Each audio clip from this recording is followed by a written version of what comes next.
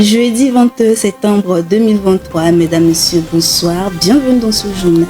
Voici les titres. Au Tchad, le jeune écologiste Abdel Salam Agar montre aux producteurs la possibilité de faire cohabiter l'élevage et l'agriculture pour une production agro-pastorale respectueuse de l'environnement. À suivre dans un instant. La journée mondiale du nettoyage a été respectée au Nigeria. Dans le cadre de cette journée, le marché de Lagos a été assaini. Et puis la pollution de l'air par le dioxyde de carbone devient une préoccupation majeure dans le monde. Vous verrez au cours de cette édition l'impact de ce fléau sur l'environnement et les mesures prises pour le limiter.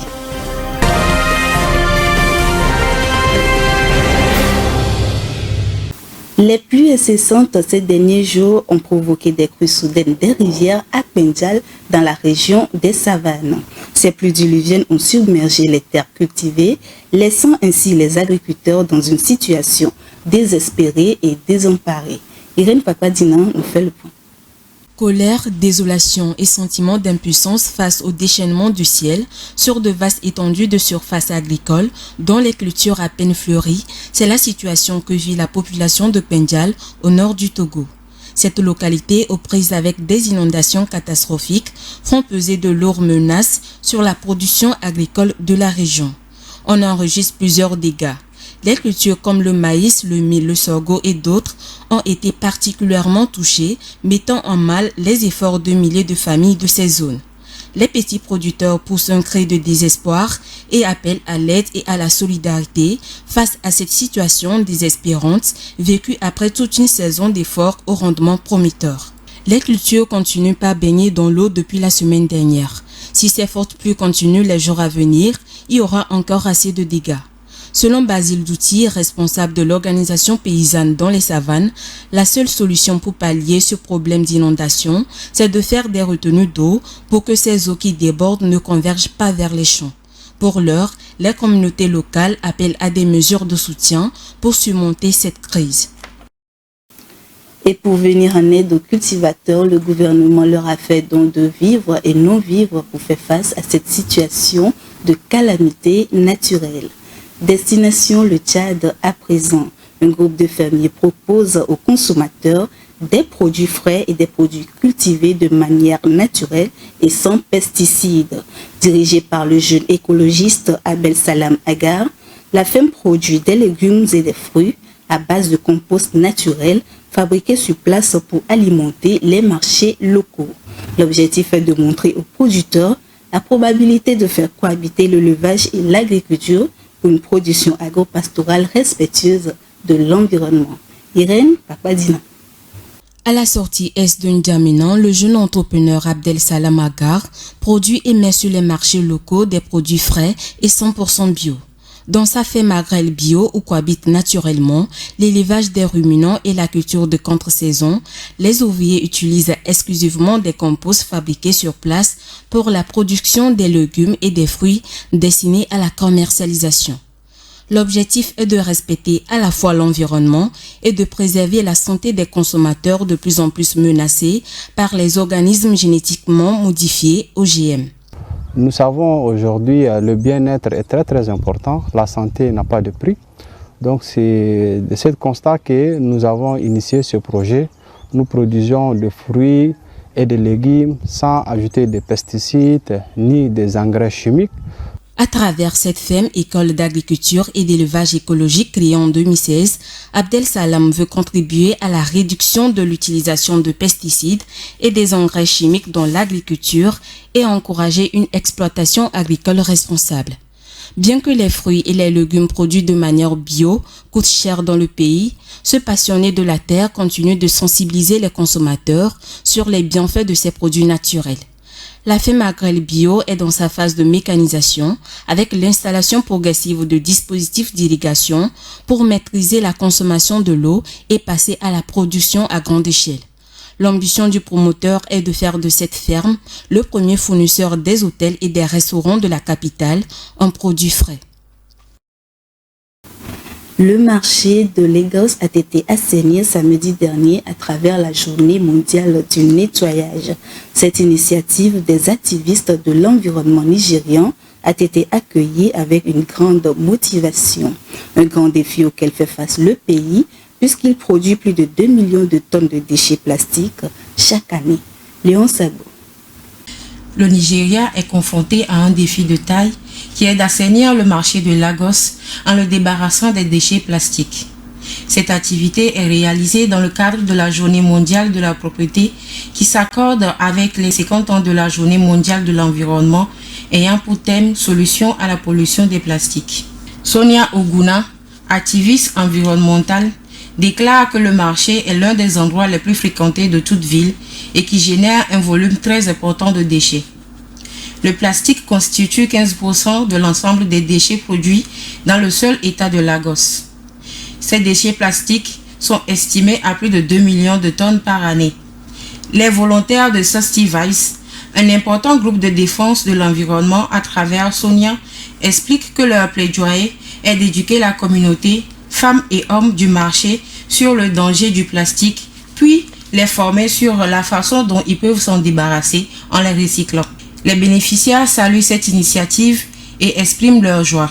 Je suis très heureuse qu'il soit venu nettoyer notre marché aujourd'hui et qu'il nous ait parlé de la nécessité de garder notre environnement propre et d'arrêter de jeter nos déchets dans les caniveaux. Il faut noter que la Journée mondiale du nettoyage est célébrée à chaque 3e samedi de septembre de chaque année. Elle invite la population à nettoyer leur quartier et ses environs en soulignant l'importance de l'action collective pour un environnement plus propre et plus sain. Les autorités mozambicaines ont participé récemment à l'inauguration du parc solaire photovoltaïque de Kouamba. Doté d'un système de stockage par batterie, l'installation est le fruit d'un partenariat public-privé entre l'État du Mozambique et l'entreprise britannique Globelec. Regardez. Le président de la République du Mozambique, Philippe Nyusi, s'est rendu dans la province de Niassa pour l'inauguration de la centrale solaire photovoltaïque de la Kouamba. L'entreprise britannique Globelec achève ainsi avec succès la construction de son parc solaire situé dans la localité de Teterean.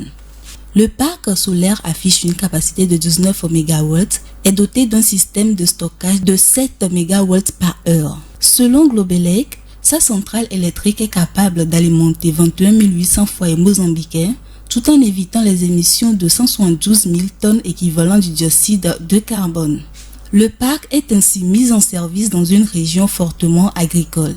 Kouamba produit en effet du coton, du sésame, du tabac et surtout du mapira, une céréale type sorgho, largement consommée au Mozambique.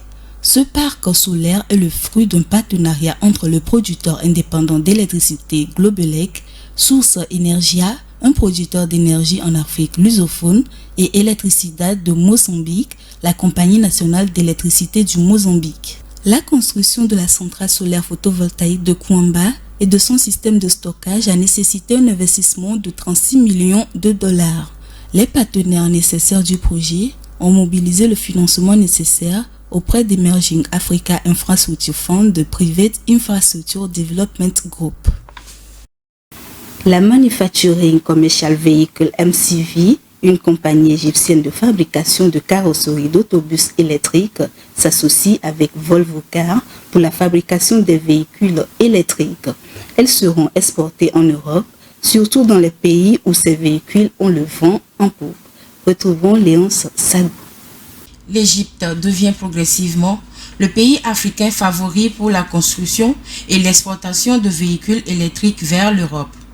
Un nouvel et second accord vient d'être conclu entre le constructeur de véhicules suédois Volvo Cars et celui égyptien, le Manufacturing Commercial Vehicle MCV, dont l'usine se situe à Zalea.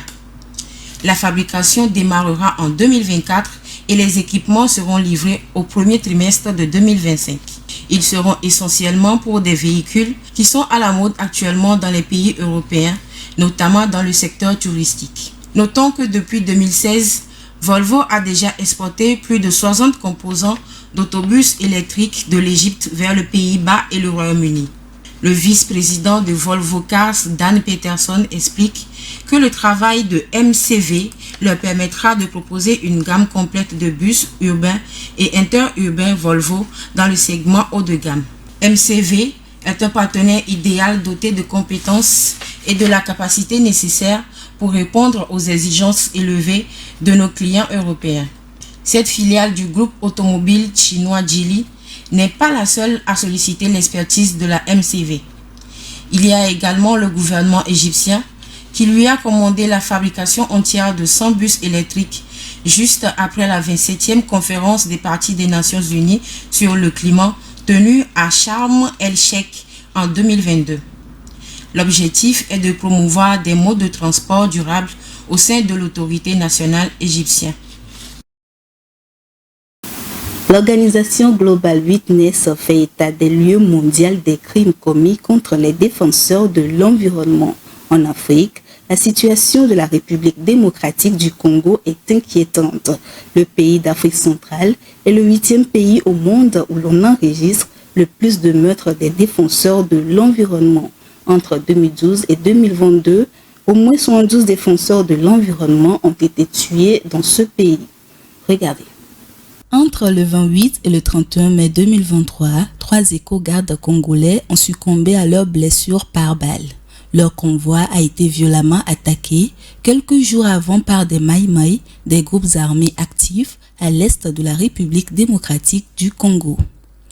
La direction du parc national des Virunga indiquait déjà l'année dernière que plus de 200 gardes ont été tués depuis 1996.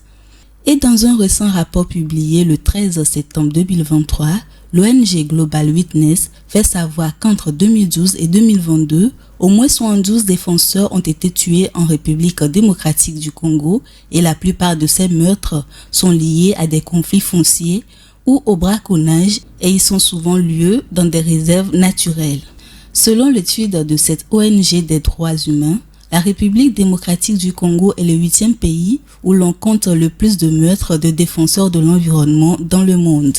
Le pays d'Afrique centrale est classé devant d'autres pays africains, à savoir Madagascar, le Malawi et l'Afrique du Sud. Le rapport interpelle les gouvernements et les entreprises à mieux protéger les personnes qui s'engagent pour la protection de l'environnement. Dans le reste du monde, la situation n'est guère résiliente. Au moins 177 défenseurs de l'environnement ont été tués en 2022. L'Amérique latine demeure la région la plus touchée du monde, avec en tête la Colombie, où selon le rapport, un activiste de l'environnement est tué tous les 2 jours. La pollution de l'air est et demeure l'un des problèmes environnementaux dont les impacts sont les plus ressentis par les hommes. En France, le phénomène est très répandu et cause en moyenne 40 000 décès chaque année. Un sondage mené par l'Institut Kantar révèle que les Français se font de fausses perceptions sur le fléau. Iva Samana nous donne plus de détails dans ce commentaire. Un quart de la population française, à l'instar des autres peuples du monde, savent l'impact de la pollution de l'air sur la santé des poumons dans la vie de l'homme. Mais ils restent inconscients des autres pathologies qui sont associées à ce fléau. C'est ce que révèle le sondage de l'Institut Kantar, commandé par l'association Respire qui lutte pour la qualité de l'air et la défense des victimes de pollution. En effet, en dehors des maladies respiratoires, la pollution de l'air aux particules fines est également responsable de certaines maladies cardiovasculaires d'après le radiologue spécialiste des effets sanitaires de la pollution, le Dr Thomas Bourdrel. Les particules fines émises par les moteurs diesel ou par le chauffage au bois sont cancérigènes. Elles peuvent pénétrer le système sanguin et atteindre de nombreux organes que sont le cerveau et la moelle épinière, ce qui pourrait jouer un rôle crucial dans le développement de certains cancers ou de la maladie d'Alzheimer. Contrairement aux apparences, la pollution de l'air aux particules fines est principalement causée par les transports et le chauffage résidentiel au bois plutôt que par les industries, même si ces dernières provoquent une pollution préoccupante aux abords de certains sites. Le directeur du Centre national de recherche scientifique CNRS, le français Jean-Baptiste Renard, s'étonne et trouve impressionnant le fait que la réalité corresponde exactement à l'inverse de ce que pensent les Français. D'après le dernier rapport du CITEPA, une association sans but lucratif impliquée dans la protection de l'environnement, la combustion du bois représente 62% des émissions nationales de particules dans l'Hexagone. Notons que 40 000 décès sont enregistrés chaque année en France à cause de la pollution de l'air. Les nourrissons et les enfants sont les personnes les plus vulnérables à ce fléau. Le président de l'association Respire, Tony Renussi, qui a commandé le sondage, se félicite des progrès enregistrés et espère que les mesures visant à limiter la pollution à proximité des écoles seront appliquées. Toujours sur le territoire hexagonal, la première ministre Elisabeth Borne a présenté les objectifs de la planification écologique aux différents secteurs concernés. La transition écologique concerne tous les secteurs. Pour le groupe Sodesol, le leader de la restauration collective, son secteur doit se tourner vers une alimentation durable, plus végétale, pour pouvoir réduire les émissions de gaz à effet de serre comme prévu d'ici à 2030. Afietou Mberekou. Réduire les émissions de gaz à effet de serre de moitié d'ici 2030. Tel est l'objet de la planification écologique de la France présentée par le Premier ministre Elisabeth Borne aux différents partis politiques. Des objectifs chiffrés ont été mis en place par le gouvernement et tous les secteurs sont mis à contribution pour les réaliser. Le gouvernement Borne se fixe donc un objectif de baisse des émissions de CO2 de quelques 13 millions de tonnes pour le secteur agricole à l'horizon 2030. C'est énorme et cela suppose que les Français réduisent sérieusement leur consommation de viande.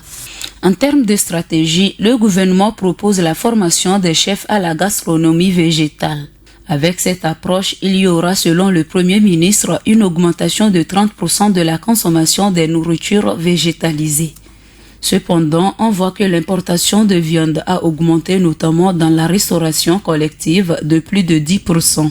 C'est en contradiction avec une alimentation de meilleure qualité plus proche des Français. Là aussi, le gouvernement Borne a des suggestions. Pour lui, il va falloir lutter tous ensemble contre le gaspillage qui concerne 35% des aliments consommés en France. Pour cela, la population ne doit pas consommer plus de viande, mais plutôt mieux de viande. C'est donc un travail de longue haleine à mener avec les clients et les fournisseurs. Raison pour laquelle le gouvernement entend ensemble avec les autres acteurs prendre la mesure de lutter contre le gaspillage alimentaire. C'est l'une des solutions pour maîtriser les coûts et les consommations. Mais il s'avère nécessaire dans la planification écologique de la France que les consommateurs se réintéressent à la cuisine et à la diversification des aliments. Selon le gouvernement, la transition alimentaire, on y est parti pour des années. Donc il faut organiser cette coopération, les filières locales et investir dans la formation et dans l'éducation des consommateurs. La grande question du climat s'invite au sommet des objectifs de développement durable ODD 2023 de l'Assemblée générale des Nations unies qui s'est tenue hier mercredi à New York aux États-Unis. Le secrétaire général des Nations unies, Antonio Guterres, a convoqué les leaders du monde à un sommet spécial ce mercredi pour les pousser à être plus ambitieux dans la lutte contre le changement climatique. Quelle importance revêt cette rencontre? Viva Samana nous en parle. L'urgence d'agir en faveur du climat s'invite au sommet des ODD 2023 lors de l'Assemblée générale des Nations unies à New York. Ainsi, un sommet spécial est convoqué ce mercredi par le secrétaire général des Nations unies, le Portugais Antonio Guterres. Ce sommet sera consacré exclusivement à revoir à la hausse l'ambition des pays de la planète dans la lutte contre le changement climatique. Après une saison d'été infernale marquée par des incendies géants, des sécheresses et canicules records suivis d'inondations sans précédent, Antonio Guterres lui-même avait déclaré que l'effondrement climatique a commencé. Le secrétaire général de l'ONU fait de la protection de l'environnement en général et de la lutte climatique en particulier son cheval de bataille. Il espère qu'avec les catastrophes vécues à répétition cette année, les dirigeants de la Terre seront convaincus pour bonifier leur action climatique et de fournir assez d'efforts pour une sortie progressive des énergies fossiles. À 2 mois de la COP28 de Dubaï aux Émirats arabes unis, la tenue de ce sommet dans la ville américaine abritant le siège des Nations unies est une aubaine pour parvenir à un accord important dans la lutte contre le changement climatique. Les chercheurs alertent sur la perte de branches entières de l'arbre de vie. Les auteurs d'une étude publiée lundi dernier dans la revue PNA, 73 genres d'espèces animales sont en voie d'extinction. Le phénomène aurait dû prendre 18 000 ans et non 500 ans. Afietou Mberekou pour plus d'explications. La crise de la biodiversité est aussi grave que le changement climatique, mais pas aussi connue du grand public. Une étude publiée lundi dernier alerte sur la menace d'une 6e extinction de masse. Selon cette étude, avec la disparition de nombreuses espèces animales, les humains provoquent la perte de la branche entière de l'arbre de la vie. De nombreuses études existaient déjà sur la disparition d'espèces, mais la spécificité de cette dernière est de se pencher sur l'extinction de genres entiers. Parmi la classification des êtres vivants, le genre se trouve entre le rang de l'espèce et celui de la famille. C'est le cas par exemple du chien qui est une espèce appartenant au genre Canis dans la famille des canides. Les chercheurs se sont appuyés sur la liste d'espèces éteintes de l'Union internationale pour la conservation de la nature. Les recherches étaient concentrées sur les espèces de vertébrés pour lesquelles ils disposent davantage de données. Sur environ 5400 genres, il a été conclu que 73 d'entre eux s'étaient éteints ces 500 dernières années, la plupart durant les 2 derniers siècles. Pour comprendre ce rythme plus élevé que la normale, les chercheurs ont également comparé le résultat au taux d'extinction estimé grâce aux traces fossiles sur de très long terme. Je pense que c'est la première fois qu'on cherche à évaluer le taux d'extinction à un niveau supérieur que celui de l'espèce, a souligné Robert Cowie, biologiste à l'université d'Hawaï. La cause de ces extinctions provient des activités humaines qui détruisent les habitats pour les cultures, les infrastructures et autres besoins, mais aussi la surexploitation comme la chasse, le trafic d'animaux et la surpêche. La perte d'un genre peut avoir des conséquences sur le fonctionnement de tout un écosystème. Ainsi s'achève cette édition. Merci de l'avoir suivi. Merci de votre fidélité sur Green TV International.